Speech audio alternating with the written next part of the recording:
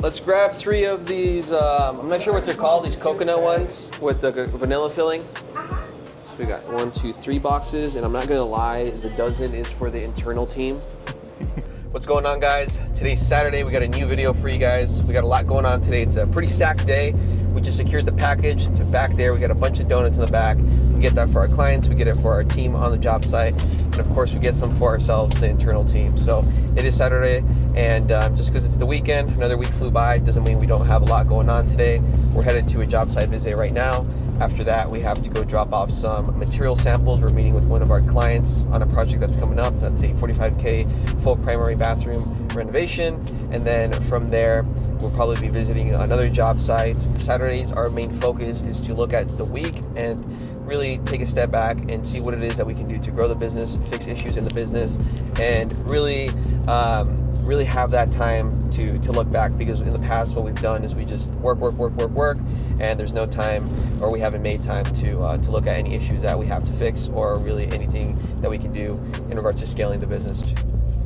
All right, we're about to get to the job site here. PM is outside talking to the customer here. Hopefully he's upselling him on something. Yeah, hopefully he's upselling on something, an upgrade. Upgrade, we never try to sell anybody on anything that they don't need. Correct. But, only something that's valuable and will benefit the client. That's correct. And we actually do mean that.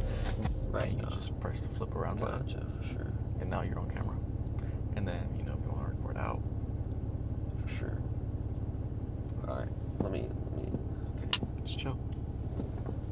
So talking about helpful upsells, this is a really good example. Our client said they were getting lots of noise transfer between the walls here. There's a bedroom on the other side.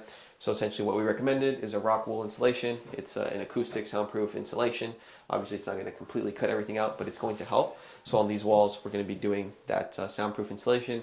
And that is an example of something that's going to benefit the client and an upsell that we can make. What's going on, guys? It's Saturday. Happy Saturday to everybody. We're out here in Gilbert checking up on this project. As you may know, we started this thing last week and we're already at the painting phase. Next week, tile will start and we plan to wrap it up. After that, it's going to be a really nice remodel. Our clients are super excited. We've been staying a little bit ahead of schedule on this one. We always either stay on schedule or ahead of schedule. This one's going great so far. Painting's going to be going down today. And then after that, like I said, tile valves will be in next week, so stay tuned. What's going on, guys? It's Saturday. Happy Saturday. Wow. First time, never happens. Got to put the pressure on him. So I always tell our clients, like with cabinetry and wood and that sort of thing, we typically don't do like refinishing or repainting on cabinetry. Okay. Because there's one way to do it, you can just paint it. We typically don't do it. I can ask Javier how it is that he would go about it, because I know typically you need to like sand it down, prime it, and then paint it. And that's quite a bit of a process. So if it's not something where, because I know he has tons of experience painting, obviously, walls and exterior, refinishing cabinetry and doing wood and all that, it's a little bit different. Okay. So I would just want to make sure that it's something that we would feel confident in being able to help you out with. We talked to the client about that blue shelving area there in his office that he doesn't like. He actually wants to change that color to like a charcoal. Hemon talked to him about it. So what was the reason you wanted to change it? Tell us about that. He just didn't like it. He had actually painted some other wood stuff, like a wood panel, like a wainscoting in his living room. He didn't like it. It was also peeling, so he took it as an opportunity to make it a cooler vibe. It's like a charcoal black color. Wants to paint that full thing and make it more of a vibe in his office, essentially. So he just doesn't like it. But yeah, we were actually not. It's not that we didn't want to do it. It's just that for smaller things like that, sometimes clients will ask us. And it's not something we typically do, like Herman talked about earlier. But in this case, really cool guy. Painter's already here, so we're just gonna go ahead and do it for him.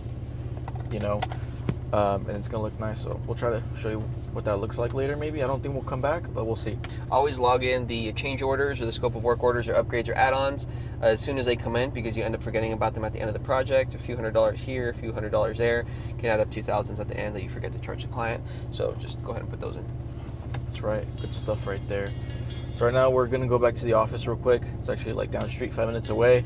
We're gonna grab some samples. Our next meeting is at 12. It's 9:36 right now, so we're probably gonna go over there, pick up the samples, get a little bit of work done. We've done a few upgrades to the HQ. Maybe we'll show you guys what that looks like. We had a little bit of an arcade machine, some lighting, some accent wall panels. Let's go over to the office. All right, guys, just made it back to the HQ. Suite D4 right here. This is us. We actually moved in here, I think in October. My guy's struggling over there. We actually moved here in October. It's been pretty chill. I'll show you guys inside real quick. The truck's getting clean later today. Oh no, we're littering. It's We're a littering. mess. Can you take care of that? I got it. Ooh, the napkins. All right, so we're in the HQ now. We're inside, of course, right? All right, so we just made it inside. Got my Joker poster here.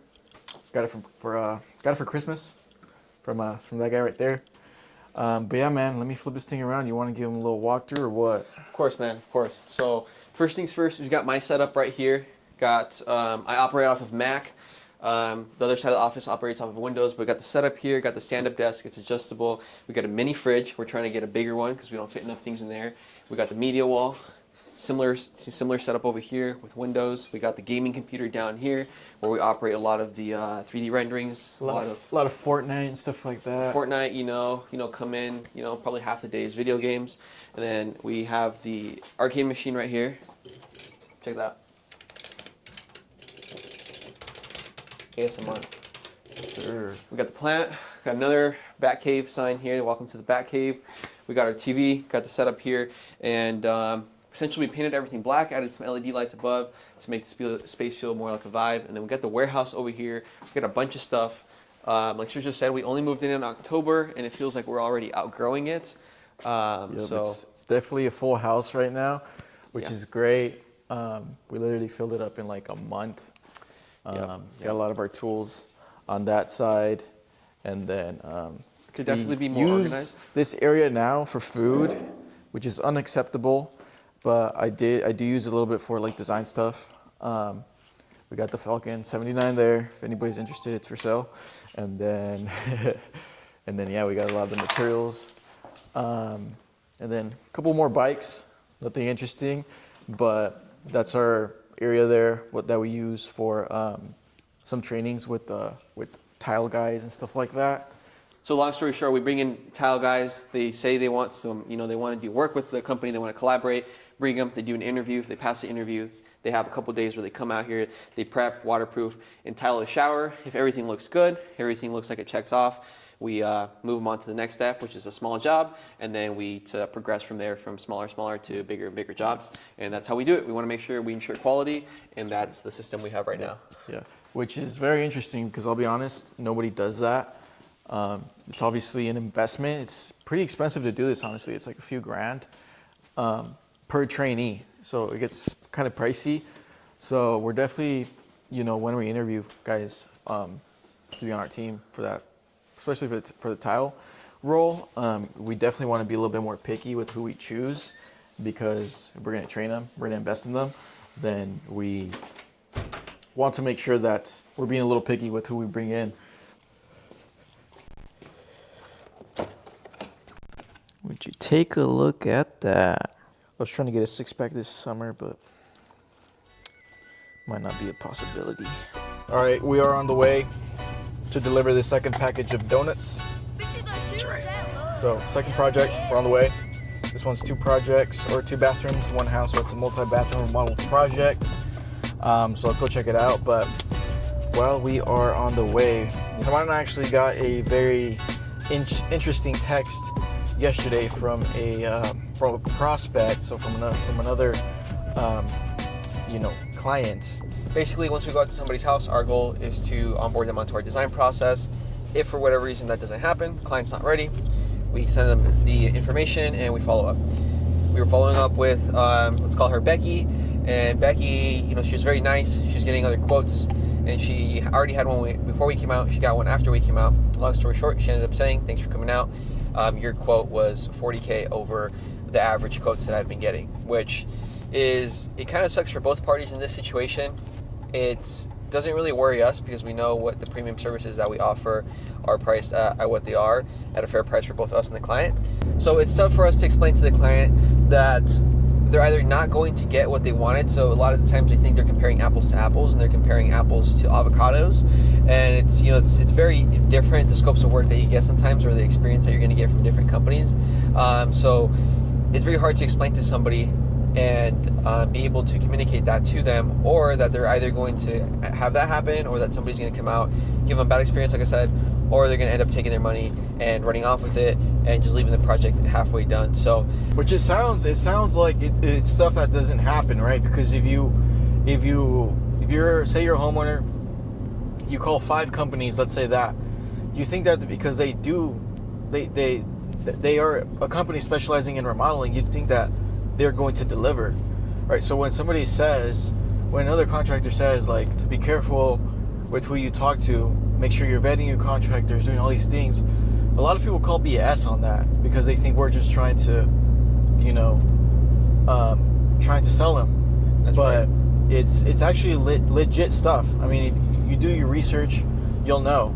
There's homeowners that, we've literally seen it. Homeowners lose thousands and thousands of dollars. Being licensed and insured and being a company isn't enough anymore at all. Like, people say, oh, make sure they're licensed and insured, but that, everybody's licensed and insured. Everybody and their mom can get a license and insurance. But what really matters is what you're going to be getting and the value that you're going to be getting out of what you're going to be paying. And just as a little bit of a background, in order for us to, on that project, to give them a $40,000 discount or do it for $40,000 less, we would be essentially having to pay the client to do their project, because it would cost us more to do the project than we would be charging them in order to provide them with a good experience, and even to be able to provide them with an okay experience and actually get the job done. So those are sometimes the things that that happen. And there is unfortunately people who do bait and switch tactics. People come out, they show them one thing, or they just try to get them hooked onto something, and it's pretty unfortunate. But just to keep it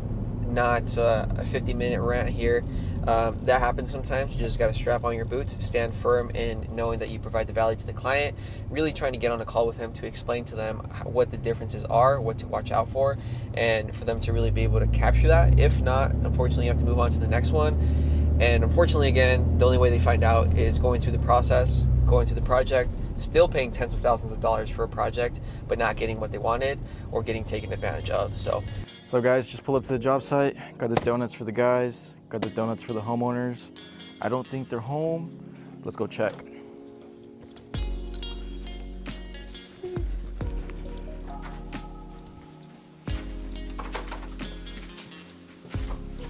We got bathroom number 1 right here. Full renovation. It's a smaller bathroom. So, we did cabinetry, the flooring, full shower, tile all the way to the ceiling. It's curbless, so a very interesting feature that we like to do a lot are these curbless, seamless entry showers.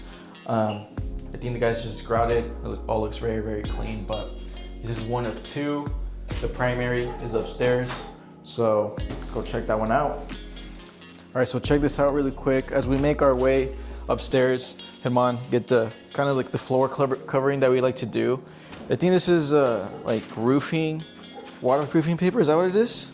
It appears to be, yes. Yeah, so that's what it is. It's very durable. We used to use like the cardboard stuff from the Home Depot as well, or like export. You guys might be familiar with that one. That one, after like a few days, would get like super messy. So this is what we do all the way up to the entrance. We do plastic on our carpet. So we'll do this plastic here. And then as you enter into the room, more plastic, more covering. We use a lot of these air purifiers to keep the air nice and clean. And then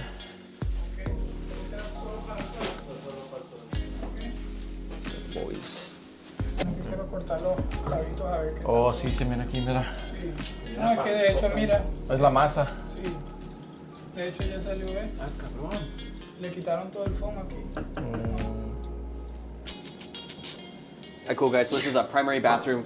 This one's going great so far. You can see the renderings got them here up on the wall. Cabinetry area, the cabinetry's been installed.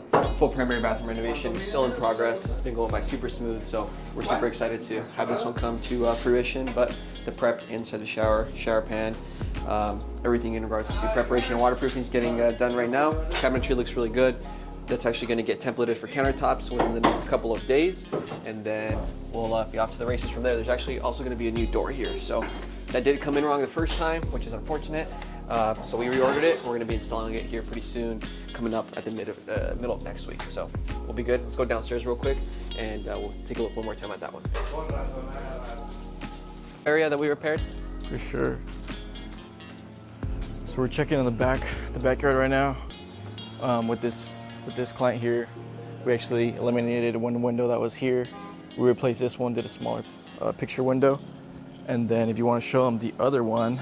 Yeah, we got another one over here on this side that was completely canceled. So they were actually block windows. So we had block windows here and here, and then a smaller window over there above the shower. Like Sergio said, those two got completely capped off, but we still wanted some natural, some natural light in there. So we did a smaller picture window. The stucco has been repaired, and our painter will be out here early next week to get that the paint and make it all look seamless. So that's the last thing for here. We're gonna head to our next consultation. We got about 30 minutes to get over there with our client, Vivian. She's a pretty cool client. She needed a little bit of extra help, but we're here to help. So that's what we're gonna go do. How to clean it and all that stuff, so you'll have that. But it's very easy, it's very durable, very easy to clean. And this is all porcelain, all of it. Okay. So the wall tile. I really don't want light fixtures where you can see the bulb inside. Okay. So you showed me the other one, but I was thinking. All right, guys, I've been working on the biceps, triceps. How do they look? We used to slack on the gym a little bit more. Well, not really slack. We just were working every single hour of the day, which we still do, but we do take 1 hour to hit the gym. All right, man, let the people know what's going on right now. All right. So what we're doing right now is we're just confirming a few measurements, just to make sure we're all good with the floor plans. But just to give you guys a little bit of a rundown on what we're going to be doing is we're going to be converting this. I mean, I guess it's already a shower, but we're going to be doing more of like a bigger shower, clear glass. We're going to eliminate this rain glass. It's very dated as well. So we're going to be doing some porcelain slabs on the walls, porcelain on the floor, all new flooring, new shower pan flooring, and then we're going to be eliminating the tub. I don't know if you want to show them really quickly, but she doesn't use it at all. She wants to convert this area more into like a dry area, is what we call it. So we're going to be doing a built-in bench here. We're also going to be doing a bench in her shower, actually.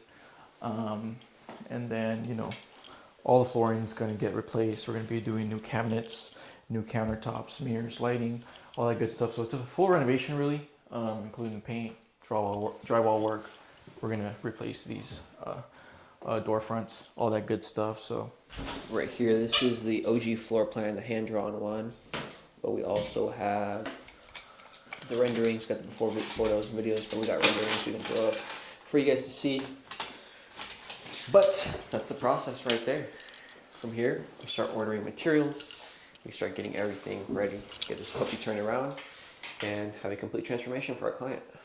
All right, and off we go in the Ledesma mobile. Everything went great. Our client loved the tiles. We weren't able to get her the samples for the cabinetry, but that cabinetry is pretty straightforward. How do you think it went with Becky, man? Becky, I really like her. She's really nice.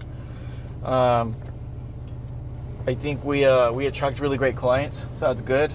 And yeah, I'm actually excited for her. She seems to be very excited for the project.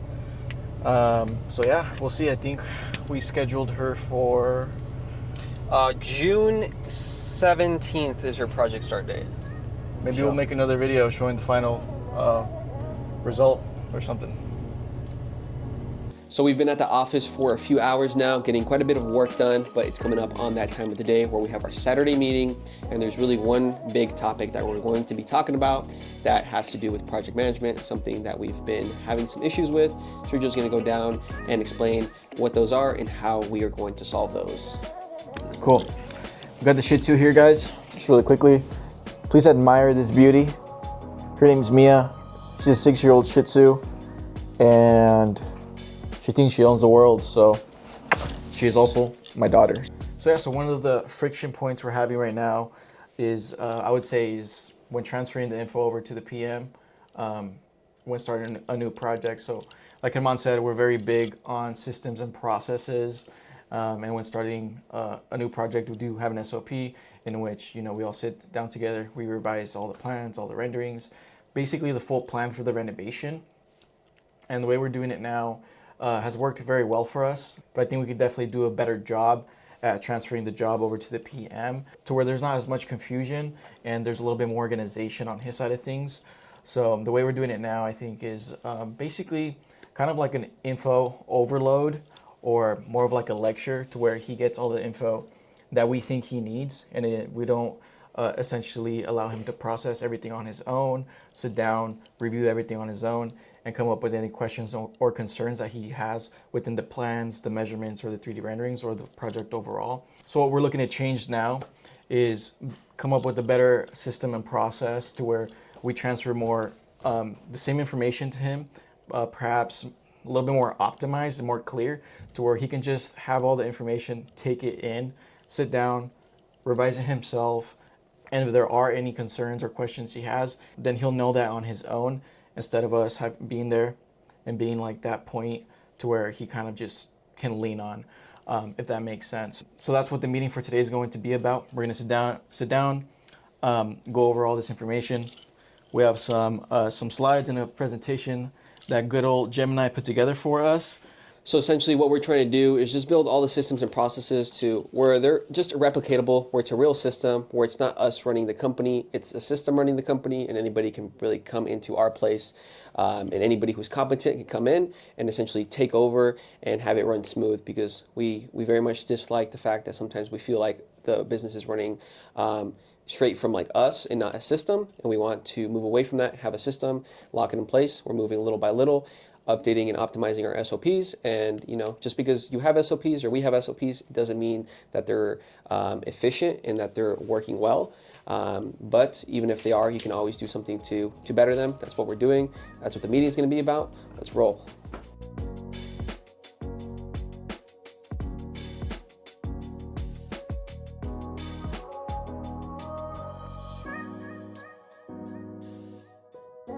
All right, so we just finished our meeting, and essentially that was pretty much a 2-hour meeting. We went over lots of things, and one thing I want to leave everybody with, we haven't figured everything out ourselves yet, but what we do know is that we are a growing company, and any growing company or any company at all is always going to have to be making changes. There's always going to be something that isn't perfect. Nothing's perfect, of course, but there's always going to be something that needs to be tweaked or changed in order to scale and grow the company. Not everything's perfect, so no matter how good you are at what you do, you always have to sit down, see the flaws in your business, and see how to fix that to better service your clients, better operate your business, and scale and grow. So that's what we've done here. We take the time every Saturday, 1 hour, 2 hours, 3 hours, whatever it takes for us to be on the same page, for leadership at our company to be on the same page and be able to grow. So that's all I got for today. It was a great day. It was a phenomenal day.